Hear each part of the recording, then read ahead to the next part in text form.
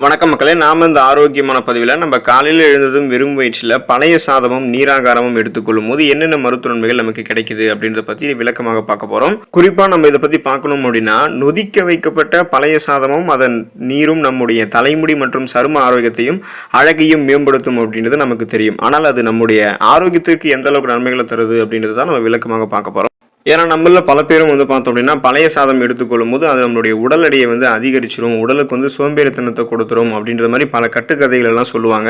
ஆனால் இதெல்லாம் நீங்கள் நம்பாதீங்க. உண்மையே பழைய சோறும் புளிச்ச தண்ணீரும் எந்த அளவுக்கு ஆரோக்கியம் இருந்தது அப்படின்னு பார்க்கறதுக்கு முன்னாடி இந்த வீடியோவுக்கு மட்டும் ஒரு லைக் கொடுத்துட்டு இந்த தகவலை உங்களுக்கு தெரிஞ்சவங்களுக்கும் ஷேர் பண்ணிடுங்க. ஏன்னா இது அவங்களுக்கும் பயனுள்ளதாக இருக்கக்கூடிய ஒரு ஆரோக்கியமான பதிவு தான். இது போன்ற அப்டேட்ஸ்களை நீங்கள் தொடர்ந்து பார்க்கறதுக்கு நம்மளுடைய ஹெல்த் நியூஸ் தமிழ் சேனலை மறக்காம சப்ஸ்கிரைப் பண்ணி வச்சுக்கோங்க. பக்கத்தில் இருக்கக்கூடிய பெல் பட்டனையும் கிளிக் பண்ணி ஆல் அப்படின்ற ஆப்ஷனையும் செட் பண்ணி வச்சுக்கிட்டீங்க அப்படின்னா நான் போடக்கூடிய எல்லா அப்டேட்ஸ் உங்களுக்கு நோட்டிஃபிகேஷன் அடிக்கடி சேரும். சரி வாங்க மக்களே, இப்போ வீடியோக்குள்ள போயிடலாம். தலைமுடி மற்றும் சருமம் ஆரோக்கியமாக இருக்கிறதுக்கு நம்ம பழைய சாதத்தையும் நீராகாரத்தையும் எடுத்துக்கலாம். நொதிக்க வைக்கப்பட்ட சாதம் மற்றும் அதனுடைய வடிகட்டிய நீர் தலைமுடிக்கும் சருமத்திற்கும் போதிய ஊட்டச்சத்தை கொடுப்பதோடு சருமத்தை வயதான தோற்றத்திலிருந்து மாற்றி ஆரோக்கியமாக வைத்துக் கொள்வதற்கும் உதவி செய்கிறது. கோலோஜன் உற்பத்தியை நம்மளுடைய சருமத்தில் இந்த பழைய சாதம் அதிகரிக்க செஞ்சு சருமத்தில் நெகிழ்வுத்தன்மையை நமக்கு ஏற்படுத்தும். புத்துணர்ச்சி பெற செய்யக்கூடிய ரசாயனங்கள் எல்லாத்தையுமே சருமத்துக்கு கொடுக்கும். இதனால சருமம் நமக்கு ஆரோக்கியமாக இருக்கும்.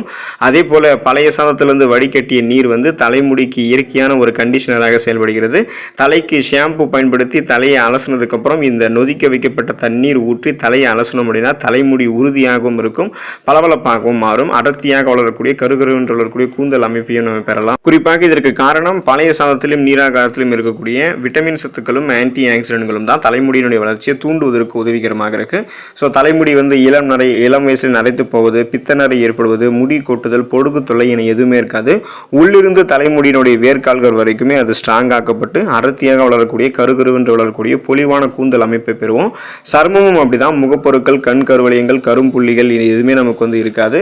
மாசற்ற ஒரு சருமம், நமக்கு தூய்மையான சருமம் கிடைக்கும். அந்த மின்னக்கூடிய பளபளப்பான சருமத்தை நம்ம பெற்றுக்கொள்வதற்கெல்லாம் பழைய சாதத்தையும் நீராகாரத்தையும் நம்மளுடைய உணவுகளை சேர்த்துக்கலாம். மலச்சிக்கலை தீர்க்கக்கூடியது பழைய சாதம். நம்முடைய வயிற்றில் இருக்கக்கூடிய ஆரோக்கியமான பாக்டீரியாக்கள் ஜீரண சக்தியை நமக்கு மேம்படுத்த செய்வதோடு ஆரோக்கியமான குடல் இயக்கத்திற்குமே உதவி செய்யுது. பழைய சாதம் மிகச்சிறந்த மலமிளக்கியாகவும் செயல்படுகிறது. வளர்ச்சிதை மாற்றமும் அதிகரிக்குது. குடல் இயக்கங்கள் சீராக இருக்கிறதால சீரற்ற குடல் இயக்கம், கடுமையான மலச்சிக்கல், அஜீரண கோளாறு போன்ற பிரச்சனைகள் வராமல் தடுக்கிறதுக்கு நமக்கு ரொம்ப யூஸ்ஃபுல்லாக இந்த பழைய சாதமும் நீராகாரமும் நமக்கு இருக்கும். ஸோ இது குளிர்ச்சியான தன்மை கொண்டு இருக்கிறதால இதில் இருக்கக்கூடிய நல்ல பாக்டீரியாக்கள் குடலில் இருக்கக்கூடிய நல்ல பாக்டீரியாக்களை ஊக்குவிக்கும். ஸோ இதில் இருக்கக்கூடிய சத்துக்கள்லாம் அந்த குடலில் இருக்கக்கூடிய நல்ல பாக்டீரியாக்களை ஊக்குவிக்கிறதால செரிமானம் நமக்கு ஆரோக்கியமாகவே இருக்கும். உணவுகளை சாப்பிடுவோம், அந்த உணவுகள் செரிமானமாகும். செரிமானமான உணவுகளிலிருந்து ஊட்டச்சத்துக்கள் உறிஞ்சப்பட்டதுக்கு அப்புறம் மீதம் இருக்கக்கூடிய கழிவுகள் அது மலமாக குடல் இறுகி போகாமல் எளிமையாகவே வெளியேறிடும். ஸோ அந்த சீரற்ற குடல் இயக்கம், கடுமையான மலச்சிக்கல், அதன் மூலமாக ஏற்படக்கூடிய பலவிதமான வயிற்று பிரச்சனைகளை பழைய சாதமும் நீராகாரமும் நமக்கு சரி பண்ணி வயிற்றை எப்போதுமே குளுமையாக வைத்திருக்கும். குடல் ஆரோக்கியத்தை மேம்படுத்தும் பழைய சாதம். பழைய சாதத்தில் இருக்கக்கூடிய விட்டமின் பி வயிற்றில் உண்டாகக்கூடிய புண்களை சரி பண்ணி அல்சரை குணப்படுத்துவதற்கு உதவிகரமாக இருக்கு. ஸோ அல்சர் ப்ராப்ளம் எல்லாம் காலை உணவுகள் நம்ம சாப்பிடாம போகும்போது நமக்கு ஏற்படும். பசி எடுக்கும் போது அந்த டைமில் நம்ம கரெக்டாக சாப்பிடலன்னா அல்சர் வரும். குறிப்பாக காரசாரமான உணவுகளை நம்ம சாப்பிடாம காரசாரமான உணவுகளை நம்ம சாப்பிட்டுட்டே இருக்கோம் அப்படின்னா அல்சர் ஏற்படும். முறையற்ற உணவுகளை எடுத்துக்கொள்ளும் போதும் இந்த குடல் புண் அப்படின்னு சொல்லக்கூடிய அல்சர் ஏற்படும். ஸோ இது எல்லாத்தையுமே கியூர் பண்ணுறதுக்கு பழைய சாதம் ஒரு மருந்தாக இருக்கும். இந்த பழைய சாதத்தை நொதிக்க வைக்கும் போது அதில் ஏராளமான நுண்ணுயிரிகளும் நுண்ணூட்ட சத்துக்களும் உற்பத்தி ஆகுது. இது நம்முடைய உடலினுடைய pH அளவை மேம்படுத்துவதோடு குடலில் இருக்கக்கூடிய நல்ல பாக்டீரியாக்களுடைய உற்பத்தியுமே தூண்டும். இதனால குடல் ஆரோக்கியமாக இருக்கிறதால ஸோ நமக்கு எந்த விதமான பிரச்சனையுமே, குடல் சம்பந்தமான பிரச்சனை எதுவுமே நமக்கு இருக்காது. பல நோய்களை தீர்க்கக்கூடியது பழைய சாதம். அதாவது நொதிக்க வைக்கப்பட்டிருக்கக்கூடிய பழைய சாதத்தில் அதிகப்படியான அளவு விட்டமின் டி சத்து உருவாகுது. இது அதிகப்படியான உடல் சோர்வை நமக்கு நீக்குவதற்கு உதவிகரமாக இருக்கு. ஏன்னா விட்டமின் டி சத்து தான் என்ன பண்ணும் அப்படின்னா நமக்கு கால்சியம் சத்தை உறிஞ்சி எலும்புகளை பலப்படுத்தும், உடல் சோர்வையும் குறைக்கும். அதோடு இதில் இருக்கக்கூடிய ஊட்டச்சத்துக்கள் விட்டமின், அதே போல நமக்கு இந்த நொதிக்க வைக்கப்பட்ட சாதம், அதில் இருக்கக்கூடிய அந்த நீராகார தண்ணீர் இது வயிற்றில் அமிலத்தன்மையும் வாயுவையும் அதிகரிக்காமல் பார்த்துக்கொள்வது உடலுடைய குளிர்ச்சியாக வைத்திருக்கிறதுக்கும் ஹெல்ப்ஃபுல்லாக இருக்கும். ஸோ அதனால் நம்ம என்ன பண்ணலாம்னா பழைய சாதத்தை நம்மளுடைய உணவுகளை சேர்த்துக்கொள்ள வேண்டியது ரொம்ப ரொம்ப அவசியமாக கருதப்படுது. ஸோ குறிப்பாக ஊட்டச்சத்துக்கள் இருந்திருக்கக்கூடிய ஒரு எனர்ஜி ட்ரிங்காக நீராகாரமும் பழைய சாதமும் இருக்குது. பழைய சாதம் மற்றும் அதை ஊற வைத்த நீராகாரத்தில் புளிப்பு தண்ணீர் இருந்து வழக்கமாக நாம் எடுத்துக்கொள்ளக்கூடிய அரிசி உணவுகளை விட அதிகப்படியான ஊட்டச்சத்துக்களை பெற முடியும். ஸோ அப்போ நம்ம சாதம் ஊற வைத்த தண்ணீர் சாதாரண தண்ணீரை காட்டிலுமே ஊட்டச்சத்துக்கள் நிறைந்தது தான். வேக வைத்த சாதத்தை குறைந்தது 12 மணி நேரம் நேரம் நொறிக்க வைக்கும்போது வழக்கமாக சாதத்தில் கிடைக்கக்கூடிய இரும்பு சத்தினுடைய அளவை விட 21 மடங்கு நமக்கு இரும்பு சத்து வந்து இந்த நொதிக்க வைக்கப்பட்ட பழைய சாதம் நீராகாரத்தில் அதிகமாக கிடைக்கிறது அப்படின்றத ஆய்வுகளில் குறிப்பிடுறாங்க. அதன் மூலம் மருத்துவ நன்மைகளும் கிடைக்குது அப்படின்றதையும் நிரூபிச்சிருக்காங்க. பொதுவாக 100 கிராம் அரிசி சாதத்திலிருந்து 3.4 மில்லிகிராம் அளவுக்கு இரும்பு சத்தை நம்ம பெற முடியும். ஸோ இதுவே 12 மணி நேரம் நொதிக்க வைக்கப்பட்டிருக்கூடிய சாதமாக இருந்துச்சு அப்படின்னா அந்த இரும்பு சத்தினுடைய அளவு வந்து 73.91 மில்லிகிராம் அளவுக்கு கிட்டத்தட்ட 203% அதிகரிக்கப்படும் அப்படின்றத ஆய்வுகளில் குறிப்பிடுறாங்க. ஸோ அதனால் இது நமக்கு ஊட்டச்சத்துக்களை கொடுக்கும். நம்மளுடைய உடலில் வந்து ஊட்டச்சத்து குறைபாடே இருக்காது. எந்த ஊட்டச்சத்து குறைபாடுமே இல்லாமல் ஊட்டச்சத்துக்களை நம்ம விரைவாக பெற்று பல நோய்களை நமக்கு தீர்க்கக்கூடியதாக நம்ம எடுத்துக்கொள்ளக்கூடிய இந்த பழைய சாதம் வந்து நமக்கு இருக்குது. ஸோ குறிப்பாக வந்து பார்த்தோம்னா பழைய சாதமும் அதில் நொதிக்க வைக்கப்பட்ட தண்ணீரிலும் அதிக அளவிலான பொட்டாசியம் சத்து நிறைந்திருக்கு. ஸோ பொட்டாசியம் சத்து நிறைந்திருக்கக்கூடிய அந்த உணவுகளை எடுத்துக்கிட்டோம், பொட்டாசியம் சத்து நமக்கு அதோடைய குறைபாட்டை நீக்கிக்கிட்டோம் அப்படின்னாலே ஹை பிபி என்று சொல்லக்கூடிய அந்த ஹை பிளட் ப்ரெஷர் உயர் ரத்த அழுத்தத்தை வந்து நம்மளால் கண்ட்ரோல் பண்ண முடியும். ஸோ அதனால் ரத்த நாளங்கள் இறுகி போகாமல் தடுத்து அதை கண்ட்ரோல் பண்ணக்கூடியது இந்த நம்ம எடுத்துக்கொள்ளக்கூடிய இந்த பழைய சாதத்தில் இருக்கக்கூடிய பொட்டாசியம் சத்து தான் அப்படின்றத ஞாபகம் வச்சுக்கோங்க.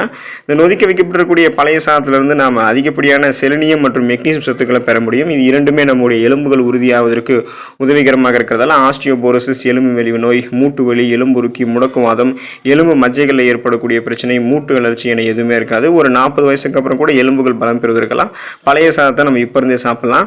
குளிர்ச்சியாக நம்மளுடைய உடலை வந்து வைக்க வேண்டியது இருக்கு. நம்ம பழைய சாதத்தை எடுத்துக்கலாம். ஏன்னா இந்த கோடை காலங்களில் நம்மளுடைய உடம்பில் வந்து அதிகமாக வெப்பம் வந்து ஏற்படுகிறது. ஸோ உடல் சூடு காரணமாக பலவிதமான பிரச்சனைகள் உடல் உள்ளுறுப்புகளிலும் ஏற்படுது, வெளிப்புற சரும தோற்றத்திலுமே ஏற்படுது. அதனால உடலுக்கு வந்து குளிர்ச்சியை தருவதோடு வயிற்றை லேசாக உணர வைக்கிறது போல நமக்கு வந்து இந்த பழைய சாதம் உணர வைக்கும். எந்த விதமான செரிமானம் தொடர்பான பிரச்சனைகள் ஆரம்பித்து உடல் வெப்பத்தால் உடல் வந்து ஹீட் ஆகி போகிறது, அதன் மூலமாக நமக்கு வந்து தோல் சருமங்களில் வந்து தொற்றுகள் ஏற்படுவது இதுவே நமக்கு இருக்காது.